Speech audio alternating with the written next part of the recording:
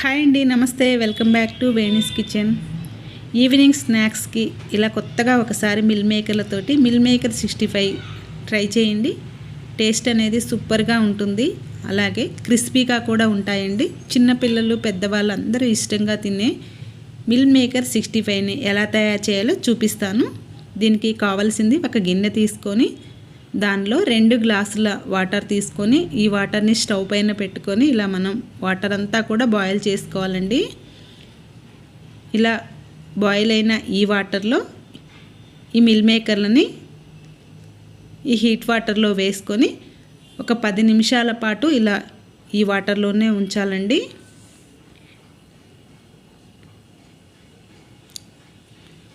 Okay అండి, ఇప్పుడు ఇవి 10 నిమిషాల తర్వాత ఇలా నానిపోయాయి, మొత్తం కూడా మెత్తగా అయిపోయాయండి, స్పాంజీ లాగా. ఇప్పుడు మనం వీటిలో ఉండే వాటర్ని మొత్తాన్ని కూడా తీసేయాలి.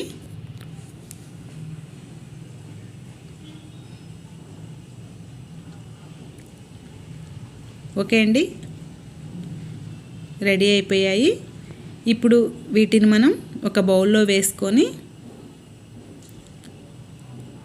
ఈ మిల్ మేకర్లో కొద్దిగా గరం మసాలా, కొంచెం ధనియా పౌడర్, అలాగే కొంచెం చికెన్ మసాలా, రుచికి సరిపడా ఉప్పు, కొద్దిగా కారం, కొంచెం శనగపిండి, అలాగే కార్న్ ఫ్లోర్ వేసుకొని ఈ మొత్తాన్ని కూడా మనం బాగా కలపాలండి. పొడి పొడిగా లేకుండా మొత్తం కలిసేలాగా ఆ మసాలా అంతా కూడా మిల్ మేకర్లకి కలిసేలాగా కలుపుకోవాలండి.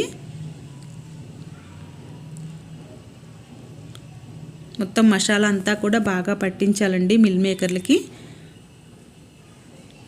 ఓకే అండి, ఇలా పట్టించాలి.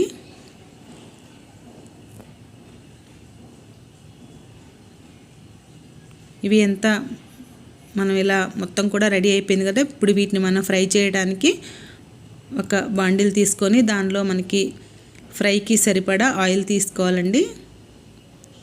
ఇప్పుడు ఆయిల్ హీట్ అయింది కదా, మనం ఈ మిల్ మేకర్లని ఈ ఆయిల్లో వేసుకొని డీప్ ఫ్రై చేసుకోవాలండి. వీటిని పకోడీ ఎలా అయితే ఫ్రై చేస్తామో అలాగే వీటిని ఫ్రై చేసుకోవాలి.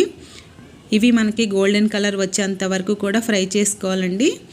పచ్చి అనేది ఉండకూడదు. లోపల మనకి ఇలా లో ఫ్లేమ్లో పెట్టుకొని ఫ్రై చేసుకుంటే అంతా కూడా లోపల కూడా బాగా ఉడికిపోతుంది. గోల్డెన్ కలర్ వచ్చేంత వరకు కూడా ఫ్రై చేసుకోవాలండి. ఇవి టేస్ట్ అయితే సూపర్గా ఉంటుంది. మీరు కూడా ట్రై చేయండి ఈవినింగ్ టైంలో. ఎప్పుడు బజ్జీ బోండా ఇలా కాకుండా ఇలా కొత్తగా ఒకసారి ట్రై చేయండి. ఇలా చేసి పిల్లలకి పెద్దవాళ్ళకి అందరికీ పెట్టండి, వాళ్ళంతా కూడా ఇష్టంగా తింటారు. అలాగే ఒక 4 పచ్చిమిర్చిని ఇలా నిలువుగా కట్ చేసుకొని వేసుకోవాలి. వీటిని కూడా ఆయిల్లో కొంచెం పచ్చి ఆవాసన అంతా పోయేంత వరకు ఫ్రై చేసుకోవాలండి పచ్చిమిర్చిని.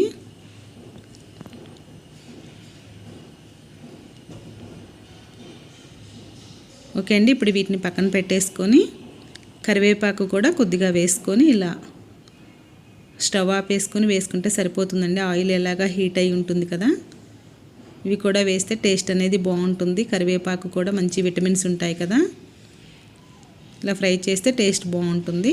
ఓకే అండి, మిల్ మేకర్ 65 మీ అందరికీ ఈ రెసిపీ నచ్చినట్టయితే లైక్ చేయండి. అలాగే మరిన్ని రెసిపీస్ కోసం వేణీస్ కిచెన్ని సబ్స్క్రైబ్ చేయండి. Thank you for watching my video.